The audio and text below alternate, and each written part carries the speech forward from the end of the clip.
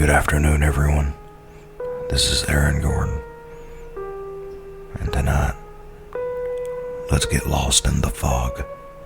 So, flick the lights off, sit down in your comfortable chair, and grab a glass of your favorite drink as we dive on into it. The Fog by Gabby Rivera. Once a year, everyone gathers outside to await the fog. People usually wait in groups. No one wants to wait alone, because no one wants to be the next one to disappear. Gathering together has never stopped someone from vanishing, but I think we like to hold on to that false sense of hope anyway.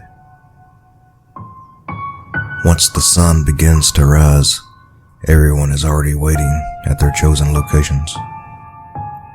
We all walk in silence until we reach one of the four most popular destinations: the park, the mall parking lot, the football field behind the high school, or the apple orchard. My friends and I have chosen to gather in the apple orchard this time. Marshall and Kaylee are kicking an apple back and forth, snickering as they run through the trees while we wait. I watch as Marshall kicks the apple and sends it flying into the air towards Kaylee, who shields herself with her hands and giggles as the apple hits her on the side of the leg. She stops it from rolling away with her foot and kicks it back to Marshall. Most of the other people here are a bit more serious about the situation, and they stand or sit in silence, periodically shooting glares at Marshall and Kaylee. These are fucking good, Juliet says as she sits on the ground next to me, leaning up against the tree. She takes a bite into the apple, and the juices run down her hand. I watch as she pops her fingers in her mouth and licks the juice off. I don't think we're supposed to eat those, I reply. There's a chance I might finish today. I think I deserve a free apple. In fact, everyone deserves a free apple today, she states, mid-chew. I say nothing, and she continues to eat her apple as she watches Marshall and Kaylee. I glance over at Malik, who is lying face up on the ground with his eyes closed as he whispers to himself. He does this every year. He calls it his call to the universe, and according to him, it works since he's still here. People have broken up into smaller groups with their friends and families. You can hear the soft murmurs as the people say goodbye, or make jokes and try to pretend like everything is fine. It's not. But there isn't much that we can do about it. Not everyone has the means to just pack up all their stuff and move somewhere else where things like this don't happen. A handful have managed to leave, and they've never looked back. They don't even contact their friends or family members who are still living here, and honestly, I don't blame them. If I could afford to leave this town, I sure as hell wouldn't spend another waking second thinking about anything or anyone here. I pick up a dry branch from the ground and begin snapping off the twigs as I sit there, anxiously, waiting for the fog to show. I grab the twigs and toss them a few inches away, trying to hit a rotting apple on the ground in an attempt to distract and entertain myself. Suddenly, the murmuring around me dies down, and people begin to hush each other. I glance up to see what's going on, and I see Greta walking through the trees. As she heads towards us, she walks through the apple orchard with her head up, her eyes focused straight ahead as she tries to ignore the amount of people who are staring at her. Everyone stares as she passes, pointing at her and giving each other sad looks. Last year, Greta's twin sister, Georgia, vanished into the fog. It happened at the park, and once the fog lifted and Greta realized her sister was gone, her cries echoed through the town for everyone to hear. It was heartbreaking to see her deal with that grief. First, she refused to leave her house for days, and I remember seeing the casserole dishes piling up on her porch until finally she went outside one day and threw them all away. After that, people would run into her at the grocery store where they would find her crying in the aisles.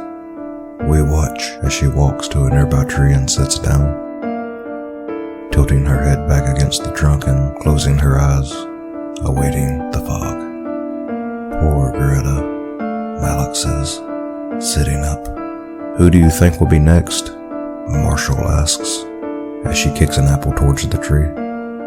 I watch as it crashes into the trunk and breaks open, some of the juices splattering onto my arm. What kind of fucked up question is that?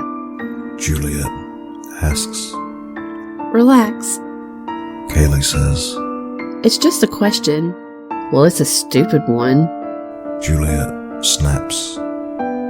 She throws an apple core at Kaylee, who dodges it and rolls her eyes. I look at Juliet, who wipes her hands on her jeans and stands up, walking away from us.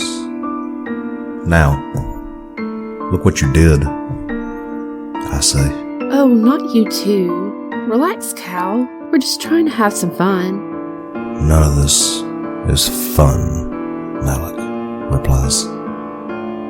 Kaylee narrows her eyes in anger. You think I don't know that? My baby brother vanished in the fog 5 years ago. You think I don't miss him? That I don't remember? Excuse me for trying to liven up the mood.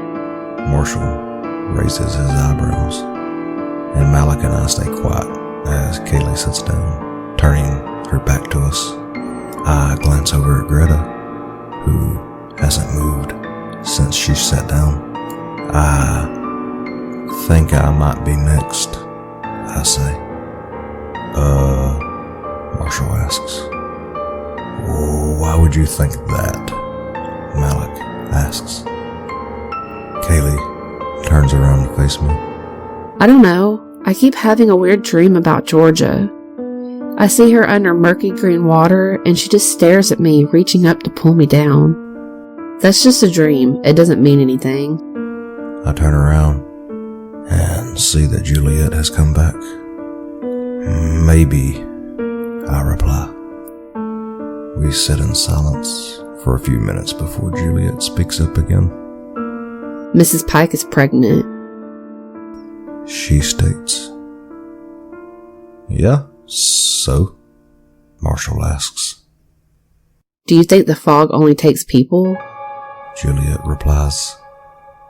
What do you mean? I ask.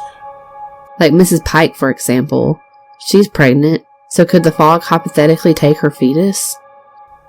We stare at each other as Juliet looks over at Miss Pike, who sits on a red cushion, leaning her head on her wife's shoulder. God, Joel, that's morbid. Kaylee replies. Juliet looks over at Kaylee and rolls her eyes but doesn't say anything. It wouldn't be worth starting a fight right now, not when one of them could disappear in the next few minutes. Concerned voices begin to arise within the group, and I stand up just in time to get a glimpse of the dark green fog as it begins to roll across town, heading towards the orchard. Here we go, Malik says, grabbing my hand. I reach out and take Kaylee's hand, and she grabs Juliet's. Marshall takes Malik's other hand, and we stand still as we watch the fog get closer and closer until it's all that I can see. I stand there, taking deep breaths as I listen to the silence. I glance down at my hands, but I can't see them. I can't see anything. A thick layer of algae-colored fog covers everything around us. It's impossible to see through it. I squeeze Malik's hand to make sure it's still there, and we continue to wait in silence. Oh my God. I turn in the direction of the voice, which sounds similar to Juliet's, but I see nothing. Suddenly, Kaylee falls into me and we crash into the ground. Fuck! Malik shouts as he tumbles to the ground along with me. I push myself up and realize that I've let go of Kaylee and Malik's hands. And I wave my arms around, squinting as I try to find them again. Guys! No response. Fuck! I whisper to myself. I stand up and try not to move, not wanting to crash into anyone else. Juliet! Kaylee? I shout. I'm fine. Kaylee shouts back. Her voice is coming from behind me, but she sounds far away. Me too. Juliet replies. I jump at the sound of her voice and move my left arm around until I can find her. I grab a hold of her arm even though I can't see her at all. What the hell was that? I ask. I don't know. Someone ran into us and I fell down. Hey, are you guys still here? I hear Marshall shout from a few feet away. Yeah, I'm with Juliet. Me too, Malik calls. He sounds like he's nearby, maybe a few feet to my right. I can hear Juliet's breathing as we stand there, waiting for the fog to lift. I can hear a few kids crying in the distance and their parents as they attempt to soothe them. Do you want to sit down? Juliet asks suddenly. Sure, I reply. We both crouch down slowly, not letting go of each other's hands, and we sit on the ground. I begin to notice just how sweaty Juliet's hands is, but I try to ignore it, not wanting to make her feel bad for being anxious or scared. We're all anxious and scared. Once the shouting dies down again, I notice Juliet's shaky breaths beside me. Are you okay? I ask. She doesn't respond. Juliet? Sorry. She sighs. I forgot you could see me. I feel a little dizzy and I'm really sweaty. I squeeze her hand a little bit, and she moves my hand to her leg, wrapping my hand around her knee before letting go of it. I gotta wipe my hands off. I don't want to gross you out with all the sweat. She explains. Fuck! She whispers. What's wrong? I ask, turning in her direction even though I can't see her. My shirt is covered in sweat. It's fine. I don't mind, I reply. She grabs my hand again, and I can still feel the sweat on her palms. But I take her hand firmly anyway and sit there as we continue to wait for the fog to lift. Her breathing slows down after a few seconds, and I notice that her hands are not as sweaty. I stare straight ahead into the fog until I notice the shape of an apple tree in the distance. I squint as I'm slowly able to make out more shapes and the silhouettes of other people sitting on the ground. The fog! The fog is lifting! Someone shouts. I look around trying to find the rest of the group, but I'm not able to make out any faces yet. I stay still until the fog lessens enough for me to see Greta sitting a mere few feet away from me. We lock eyes for a split second before she shifts her gaze to my left and screams. I jump as her voice pierces through the air, hurting my ears. I glance over to my left and see Juliet's laying back on the ground. I look down at her hands and notice that they're covered in blood. Oh my God, I exclaim as I let go of her hand and kneel over her, trying to find the source of the bleeding. Her entire shirt and the top of her pants are covered in blood, and I think back to what she said about being sweaty. If only she could have seen that it wasn't sweat. Juliet! Kaylee and Marshall and Malik run over, kneeling over Juliet. What happened to her? I hear someone ask. Oh God! Kaylee cries. A crowd begins to form around Juliet until a woman who recognizes as a nurse in the town hospital pushes her way to the front and kneels over Juliet as she tries to figure out what's wrong. She's dead, the woman states. What happened to her? I ask. The woman glances up at me confused. The fog happened. But she didn't disappear, I reply. She's still here. She's just dead. The woman stands up. The fog, it didn't come for her. It came for the baby. The rest of us stare at each other, and suddenly her worries about Miss Pike make sense as I attempt to process what just happened. More screams begin to erupt around the area as the fog continues to lift. What's going on?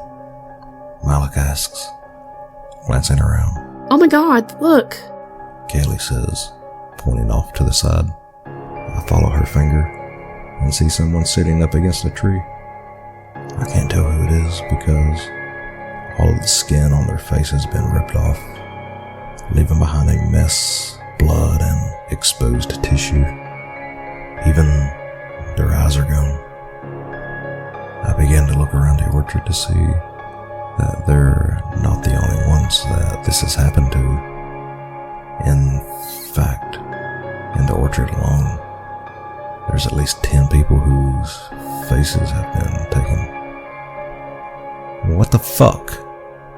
Marshall asks. Guys, I say. I look up to see a cloud of dark, thick fog rolling back into the town, heading towards us. I think we should run. Well, my. That was quite a unfortunate turn of events. I do hope they're okay. If you like this story, check out more of Gabby Rivera's stories on Reddit. As always, sleep tight and stay terrified.